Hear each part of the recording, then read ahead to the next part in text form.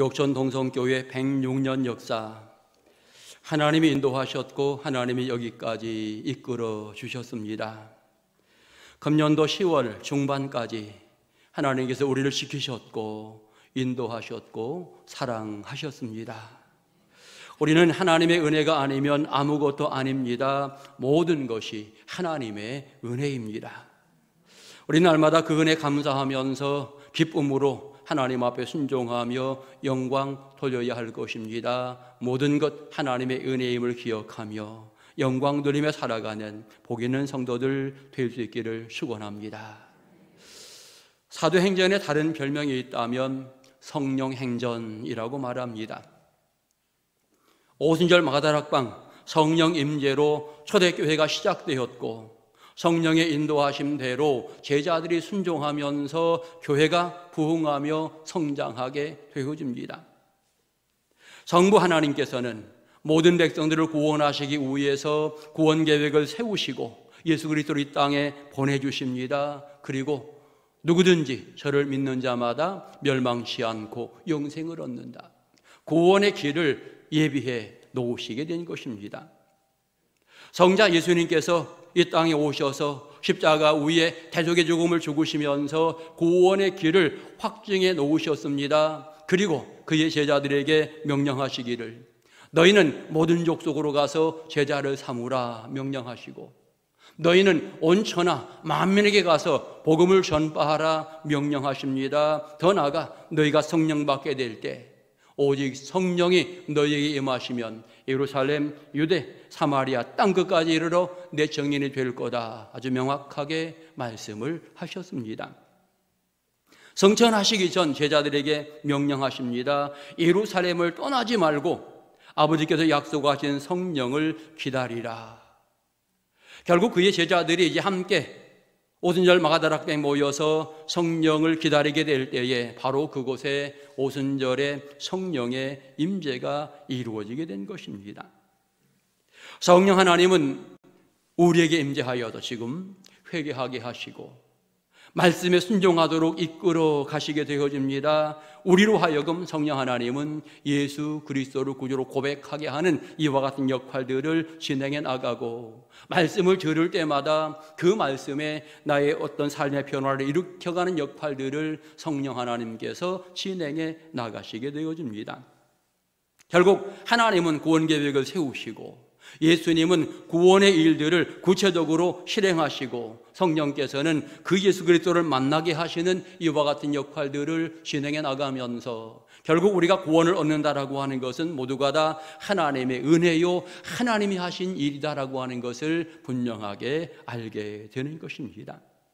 그리고 우리는 이제 그 하나님의 은혜를 받았으니 하나님의 명령에 순종해 나가는 열정이 있어야 하겠습니다. 성령께서 우리를 이끌어 가시면서 복음을 증거하라 명령하시게 될 때 우리는 주저하지 말고 나가서 이 복음을 증거하는데 최선의 노력을 다해야 할 것입니다.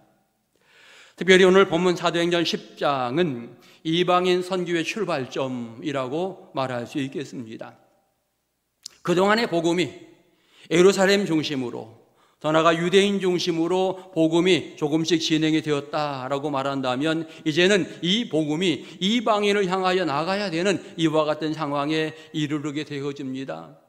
그래서 오늘 성경에 가장 먼저 이방 사람이었던 백부장 고넬료 그가 선택되어지고 결국 베드로를 보내면서 그에게 복음이 증거되어지고 그의 가족들이 함께 세례받는 이와 같은 과정들을 오늘 10장에도 소개하면서 결국 사도행전 10장은 이방을 향하여 나아가는 어떤 출발점으로 이렇게 설명드릴 수 있겠습니다.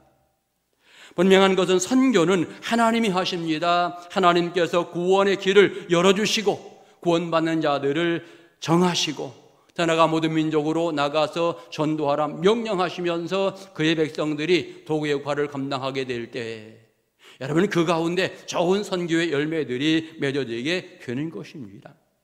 오늘 결국 우리는 이 선교에 쓰임받는 도구가 되었다라고 하는 사실을 다시 한번 확인해 보시면서 여러분 하나님이 진행해 나가시는 선교에 끝까지 귀하게 쓰임받는 아름다운 도구가 될 수 있기를 간절히 축원합니다. 자, 그러면 하나님은 어떻게 선교를 이루어 가시는가? 오늘 성경을 통해 몇 가지 생각해 봅니다. 첫째로 구원받을 자를 하나님이 정하신다라고 하는 사실입니다. 오늘 본문에서 하나님께서 로마 군대 백부장 고넬료를 선택하십니다. 구원받을 자를 선택하는 것은 하나님의 권한이십니다. 그러면 하나님께서 왜 고넬료를 선택하셨을까? 여러 가지 이유가 있겠습니다만 성경을 통해서 몇 가지 이유를 생각해 본다면, 첫째로 고넬료는 사실은 베드로를 만나기 전부터 하나님을 경외하는 사람이었다라고 하는 사실을 말하고 있습니다. 그의 온 가족이 더불어 하나님을 경외하였고 백성을 많이 구제하였고 항상 하나님께 기도하였다, 이렇게 표현하면서 결국 신앙적으로 아름답게 삶을 진행해 나가게 될 때에 이웃의 많은 사람들에게 인정받고 칭찬들었던 사람이 바로 고넬료였던 것을 알게 되는 것입니다. 가장 가까이에 그를 따르던 많은 사람들이 그가 굉장히 모범적인 신앙의 삶을 살았다라고 하는 사실을 구체적으로 증언해주고 있습니다. 본문 22절을 보면 백부장이 보낸 종들이 고넬료에 대해서 말하기를, 고넬료는 의인이요 하나님을 경외하는 사람이라 유대 온 족속이 칭찬합니다, 이와 같이 고백을 하고 있는 것입니다. 결국 하나님께서는 이 고넬료의 아름다운 신앙의 부분들을 보시면서 그를 축복하시게 되어지는데, 이방인들 가운데에 소중한 일꾼으로 그를 부르면서 이제는 이 복음이 이방인 모든 사람에게 확실하게 펼쳐나간다, 이 부분을 명확하게 보여주는 것이 이 고넬료 가정의 사건인 것을 알게 되는 것입니다. 우리는 알 수 있습니다. 신앙인이라고 다 하나님 앞에 귀하고 멋지게 쓰임받는가? 성도들이라고 다 하나님 앞에 열심히 사명을 잘 감당하는가? 그렇지 않습니다. 어떤 사람은 열심을 다하고 최선을 다하면서 믿음을 진행해 나가며 귀하게 쓰임받는 사람도 있지만, 어떤 사람은 성도이기는 하지만 제대로 사명을 감당하지 못하는 사람이 있음을 우리는 보게 되어지는데, 오늘 고넬료는 이미 하나님을 경건하게 섬겼던 사람인데 오늘 그가 너무나도 멋지고 아름답게 신앙의 모습을 진행해 나가게 될 때에 하나님이 그를 더 귀하게 쓰신다라고 하는 것을 성경은 보여주고 있는 것입니다. 또 다른 이유가 있다라고 한다면 그는 로마 군대의 백부장입니다. 이스라엘의 군인이 아니고 로마 군인입니다. 그동안 유대 중심으로 복음과 율법이 증거되어지는 과정 속에서 이제는 이방인에게 복음이 전파되어야 하겠는데, 그런 측면에서 로마 군인인 고넬료는 굉장히 좋은 역할, 좋은 장점을 가지고 있다, 이렇게 생각이 되어집니다.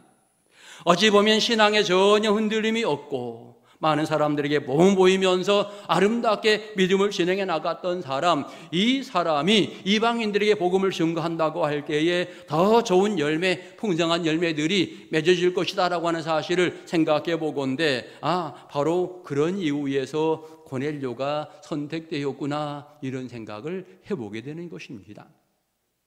성경학자들은 이렇게 이야기합니다. 초대교회가 빠르게 복음이 증거되어지는데 복음이 여러 나라에 빠르게 확산되어지는 구체적인 이유가 세 가지 정도가 있었다라고 이야기합니다. 그 중에 하나, 흩어진 자들, 핍박을 통해서 흩어진 자들이 복음을 증거함으로써 복음이 빠르게 여러 지역에 확산되었다라고 하는 말을 합니다.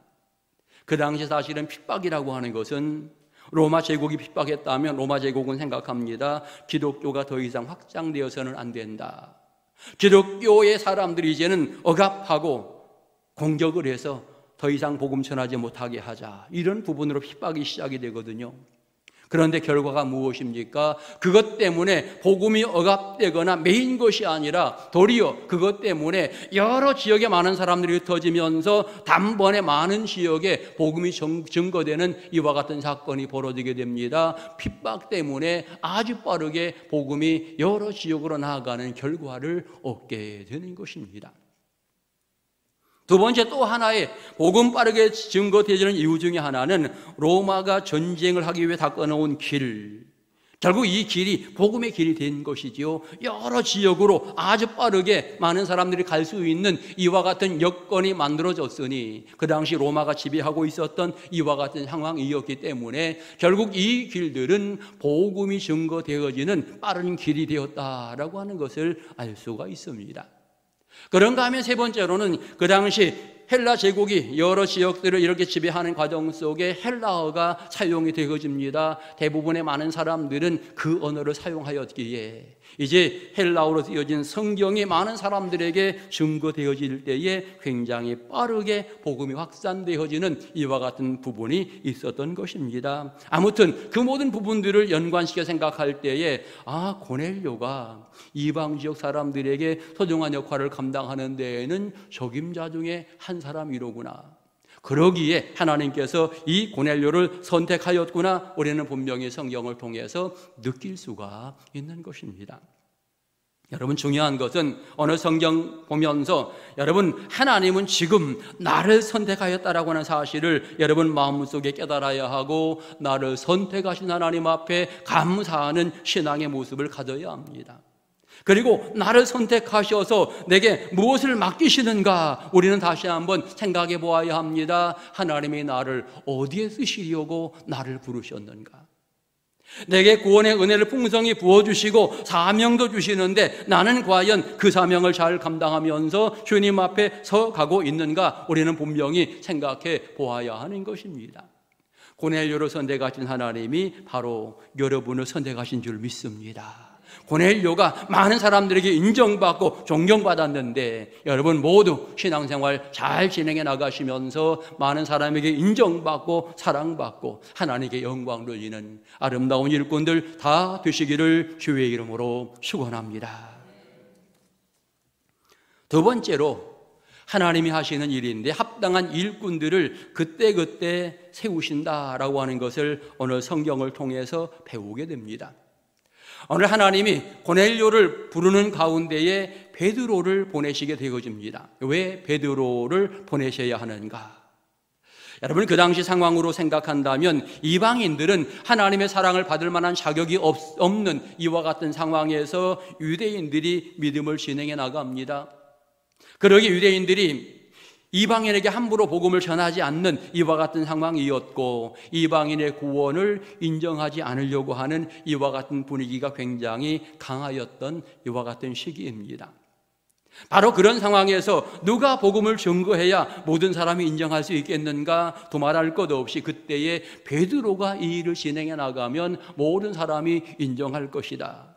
왜냐하면 그들은 생각합니다. 복음의 계승자 중에 수제자가 바로 베드로라고 생각하기 때문에, 더 나아가 예루살렘 교회 수장이라고 말할 수 있는 베드로이기 때문에, 결국 이 베드로가 나가서 복음을 증거한다라고 하는 것은 이제 더 이상 어떤 사람들도 유대인에게만 복음을 전하라고 말할 수 없는 새로운 길이 열리게 되어지는 것입니다.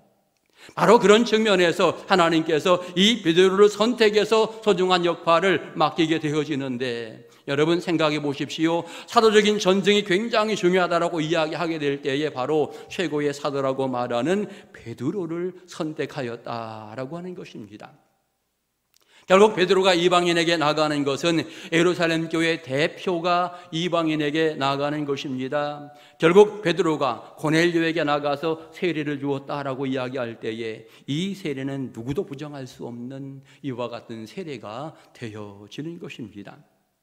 결국 이방인 모두가 다 새롭게 구원의 길이 열렸다라고 선언하게 될 때에 바로 그 출발점에 귀하게 베드로가 소중한 역할을 감당하고 있다라고 하는 것을 성경은 이야기하고 있는 것입니다. 엄밀히 성경을 읽어보면 여러분 사실은 본문을 통해서 느껴봅니다만, 하나님은 환상을 베드로에게 보여줍니다. 그리고 이방인 고넬료에게 가라, 아주 구체적인 명령도 내리게 되어집니다. 하나님의 이 명령을 베드로가 듣지 못했다면 과연 이 일이 이렇게 빠르게 진척되었을까? 아마도 잘 되지 않았을 것입니다. 환상을 보는 과정 속에서도 베드로가 말합니다. 나는 이런 것들을 접하지 않았습니다. 추한 것들을 먹지 않습니다라고 이렇게 율법에 관한 규정대로 행하려고 이렇게 말하고 있는데, 그런데 하나님께서는 분명하게 말씀하십니다. 내가 깨끗하라고 말하는데 내가 왜 부정하다고 말하느냐? 결국 하나님의 귀한 계획을 베드로에게 명확하게 심어주면서 이제 두 사람이 너를 찾아올 것이니 그를 따라가라, 이와 같은 명령들을 내리게 되어지고, 여러분 그 과정 속에 확실하게 베드로가 순종해 나가면서 아름다운 결말이 이루어지게 되는 것입니다. 우리는 분명히 알 수 있습니다. 여러분, 하나님께서는 소중한 길들을 예비하시고 중요한 일꾼들을 세우시면서 그들을 보내시게 되어지는데, 거기에 나가 순종해 나가게 될 때에 좋은 열매들이 맺어진다라고 하는 것입니다. 하나님이 여러분을 불러서 소중한 일꾼으로 삼으시고 여러분을 보내시는데, 만약에 여러분이 거기에 가지 않는다라고 하면 거기 어떤 열매가 맺어지겠습니까? 하나님이 나를 보내실 때에 바로 내가 거기에 순종하며 나가게 될 때에, 내가 가서 그대로 복음을 증거하게 될 때에 여러분 그 안에 아름다운 열매, 풍성한 열매들이 맺어지게 되는 것입니다. 가끔 우리는 선교의 소중한 명령, 전도의 소중한 명령이 들려진다라고 생각할 때 뭐라고 대답합니까? 하나님, 나는 적임자가 아닙니다 라고 이야기하지요. 나는 전도를 잘 못합니다. 나는 말도 잘 못해요. 이렇게 표현하기도 합니다. 그런데 여러분, 그것은 잘못 생각하는 것입니다. 여러분, 전도자를 정하시는 분은 하나님이셔요. 보내시는 분은 하나님이십니다. 더 나아가 여러분 기억하십시오. 하나님은 우리가 나가 전도하고자 할 때에 필요한 은혜를 부으시고 능력을 부으시는 줄 믿습니다. 하나님께서 소중한 사람들을 만나게 하시고 하나님께서 그 사람의 마음을 바꾼다면 알아서 하나님이 그 사람의 마음을 바꾸어 주시는 것입니다. 우리는 나가서 그들을 만나면 되고 그들에게 예수 믿자고 말하면 되는 겁니다. 구체적으로 내가 무엇을 깊이 설명해서 그 사람을 변화시키는 것이 아니라 하나님께서 그 일을 진행해 나가신다라고 하는 사실을 생각하면서 교회 가보십시다, 나와 함께 신앙생활 합시다, 뭐 이런 정도로 이야기하면 그 모든 일들 가운데에 하나님의 역사가 진행이 되어지는 것입니다. 우편물을 배달하는 이 배달부가 편지 안에 있는 내용을 다 알아야 배달합니까? 아닙니다. 전혀 모르지요. 다만 이 배달부는 주소에 따라서 그 집에 정확하게 갖다 주면 그 사명을 잘 감당한 것이죠. 우리도 마찬가지입니다. 복음에 대해서 너무나 깊이 잘 알아야 복음을 증거한다? 그렇지 않습니다. 지금 내가 믿고 있는 이 정도로 생각하고 여러분 누구든지 가서 만나서 예수 믿으십시다, 교회에 가보십시다 이렇게 이야기하게 될 때에 여러분 그 복음을 그 사람이 받아들이면서 함께 출발하게 될 때 이곳에 와서 새로운 은혜들을 받게 되고 신앙의 새로운 출발을 하게 될 것입니다. 우리는 그들을 변화시키는 것이 우리의 역할이 아니라 우리가 가보자고 전하는 이와 같은 것이 바로 우리 역할이다라고 하는 사실을 생각하면서 그러기에 누구도 나는 자격이 안 됩니다, 나는 할 수 없습니다라고 말할 수 없는 것입니다. 성령 받은 사람은 반드시 해야 되는 것이 바로 전도의 사명이다라고 하는 것을 분명하게 말하고 있는 것입니다. 나는 큰 능력이 없지만 하나님이 하시는 줄 믿습니다. 예수 믿으세요, 한번 교회 가봅시다, 이 말이 그 사람들의 마음을 움직이게 되고 발걸음을 움직이게 되면서 구원 얻게 되어지는데 이 모든 것들은 다 하나님이 진행하시는 아름다운 부분이 되어지는 것입니다. 주님이 여러분을 선택하셨으니 여러분 모두가 주님 명령에 기쁨으로 순종하시기를 간절히 축원합니다. 마지막 세 번째로 하나님은 성령의 은혜를 계속해서 부어주신다라고 하는 사실을 우리가 성경을 통해서 배우게 됩니다. 고넬료만 성령 받은 것이 아니라 함께는 모든 사람들이 성령 받는 이와 같은 부분들 오늘 성경은 말하고 있는데, 결국 고넬료를 통해서 베드로가 초청을 받게 되고 초청받은 베드로가 그곳에 가서 말씀을 증거하게 되어집니다. 말씀의 내용을 보니까 예수 그리스도 십자가의 사건, 더 나아가 고난의 사건 이렇게 이야기하고 부활의 사건을 이야기합니다. 결국 이런 사건들이 선포되는 과정 속에 성령이 그들에게 임하게 되어집니다. 성령이 임하는 이 과정들을 보는 베드로가 깜짝 놀랍니다. 그러면서 이야기합니다. 이 사람들이 우리와 같이 성령을 받았으니 누가 능히 세례 베푸는 것을 금할 수 있겠느냐라고 말하면서 이제 공식적으로 그들에게 세례를 베푸는 이와 같은 과정을 이야기합니다. 여러분, 세례를 베푼다라고 하는 것은 이제 한 형제가 되었다라고 하는 말이지요, 한 자매가 되었다라고 하는 말입니다. 우리는 예수 안에서 한 형제입니다. 한 자매입니다. 유대인, 이방인 이제는 상관없이 모두가 예수 안에서는 한 형제요 한 자매입니다. 선언하는 것이 바로 세례의 의미인 것입니다. 하나님께서 결국 그의 백성들 선택하시고 이렇게 구원해 나가시면서 필요에 의해서 성령의 은혜를 부어주시고 믿음의 은혜를 그들에게 부어주시게 되는 것입니다. 거기에 함께 순종하며 나가게 될 때에 하나님 앞에 귀하게 쓰임받는 믿음의 일꾼들이 되어지는 것입니다. 분명한 것 하나님이 하십니다. 구원받을 자를 하나님이 정하시고 그들을 부르시는 것 하나님이 구체적으로 진행해 나가시게 됩니다. 우리가 거기에 쓰임받는 도구의 역할을 감당하는 것뿐입니다. 하나님께서는 성령을 먼저 이 땅 위에 허락하셔서 우리 앞에 먼저 보내주시고 하나님이 우리 앞길을 인도하시게 되어집니다. 그러기에 우리는 성령 따라서 모든 민족으로 가려고 하는 신앙의 결단을 해야 하고 우리 지역의 많은 사람들에게 가려고 하는 신앙의 열정들을 마음에 품으면서 거기에 순종해 나가는 모습을 가져야 하는 것입니다. 생각해 보십시오. 하나님이 왜 106년 전에 옥천 동성교회를 이 구읍도성에 세웠는가? 하나님이 그동안 우리 옥천 동성교회를 놀라운 축복을 부으셨는데 시골 교회이지만 증축도 하고 성강기도 세우고 주차장을 이렇게 크게 예비한 이유는 과연 무엇일까? 적어도 하나님께서 우리를 더 쓰시려고 귀한 역할을 우리에게 맡기시려고 이와 같은 은혜들을 그동안 많이 부어주셨습니다. 우리는 그 은혜들을 생각하면서 이제 더욱더 기쁨으로 하나님의 명령에 순종해 나아가는 이와 같은 모습을 함께 가져야 하는 것입니다. 가까운 지역의 아파트 545세대가 들어선다고 지금 공사가 시작되었는데 왜 하나님이 이와 같은 일들을 진행시키시는 건가? 결국 우리에게 소중한 사명을 맡기시기 위함이다 라고 하는 것을 생각하면서 이제 우리는 많은 사람에게 나아가 복음을 증거하는데 최선을 다해야 합니다. 성령 받았으면 전도해야 되고요, 주저하지 말고 이 일을 감당해 나가야 하는 것입니다. 여러분 각 구역에서 이 일에 전심전력하십시오. 남저 선교회가 앞장서서 이 일들을 진행해 나가시기 바랍니다. 추수감사주일 11월 첫째 주일에 지킨다고 광고드렸는데 여러분 그때에 우리는 좋은 열매들로 하나님 앞에 영광을 돌릴 건데 더 나아가 천대의 아름다운 열매로 하나님 앞에 영광을 돌리는 아름다운 기관들, 아름다운 일꾼들 될 수 있기를 소망합니다.